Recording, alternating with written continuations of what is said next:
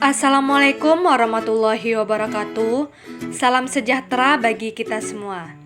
Hai, ketemu lagi dengan saya Nanda Ide Brilan Yahas. Nah, di video kali ini saya akan mengapresiasi puisi yang bertemakan anak-anak, yang berjudul Anak-anakmu Bukan Milikmu, karya Khalil Gibran, dan Sebuah Kamar, karya Chairil Anwar. Baiklah, saya mulai pembahasannya.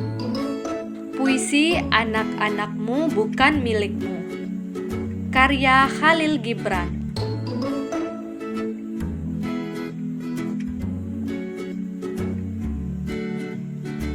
Dalam puisi ini, pengarang menceritakan bahwa seorang anak ingin menjadi diri sendiri, memiliki jati diri sendiri tanpa pemikiran-pemikiran dari orang tuanya.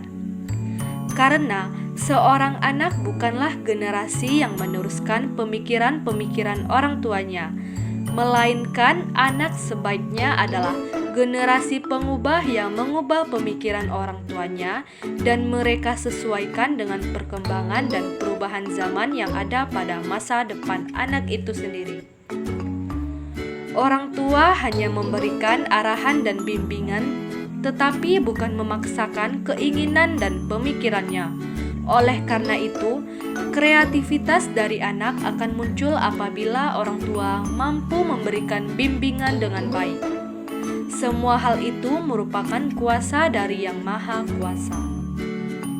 Terbukti pada kalimat berikut ini. Mengungkapkan bahwa kewajiban orang tua adalah memberikan perlindungan secara fisik atau memberikan tempat untuk tinggal.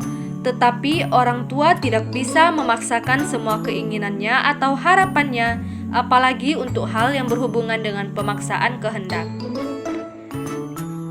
Terbukti pada kalimat berikut ini. Mempunyai makna yang memerlukan pemahaman yang luas busur adalah tempat untuk meletakkan anak panah yang akan pergi menuju sasaran yang diinginkannya. Artinya, orang tua tentang batasannya dalam memberikan kebebasan berpikir dan bertindak agar anak dapat menciptakan suatu kreativitas yang hebat, seperti terbaca pada diksi melukislah dalam sukacita, dalam bertentangan sang pemurah. Jadi, jika dapat dipahami setiap kata yang tersusun apik dalam kalimat demi kalimat, maka puisi dapat mengubah paradigma kita dalam menyikapi bagaimana sebaiknya berperilaku sebagai orang tua terhadap anak-anaknya, dan bagaimana orang tua harus menyadari bahwa anak-anaknya sebenarnya milik dirinya sendiri, dan yang terutama milik Sang Maha Kuasa. Sebuah Kamar, karya Chairil Anwar.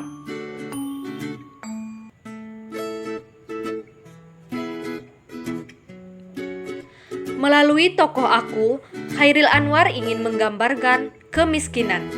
Terbukti pada bait pertama kalimat berikut ini. Diartikan bahwa hanya melalui sebuah jendela, orang luar bisa melihat seisi kamar tersebut. Kalimat di bawah ini, tokoh aku menggambarkan bahwa ia satu kamar dengan 4 saudaranya yang lain. Dari tanda seru yang tokoh aku berikan, terlihat sekali bahwa ia gerah dengan keadaan tersebut. Bait kedua, tokoh aku menceritakan bahwa orang-orang di kamar hanya diam dalam sepinya kamar, atau bisa dibilang dalam kesengsaraan mereka tidak dapat berbuat apa-apa selain berdoa. Sang ibu tidur dalam keadaan menangis, sedangkan sang ayah tidak melakukan apa-apa.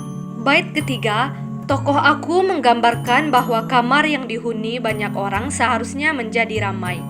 Tapi sebaliknya, kamar tersebut seperti penjara, dan itu membuatnya putus asa.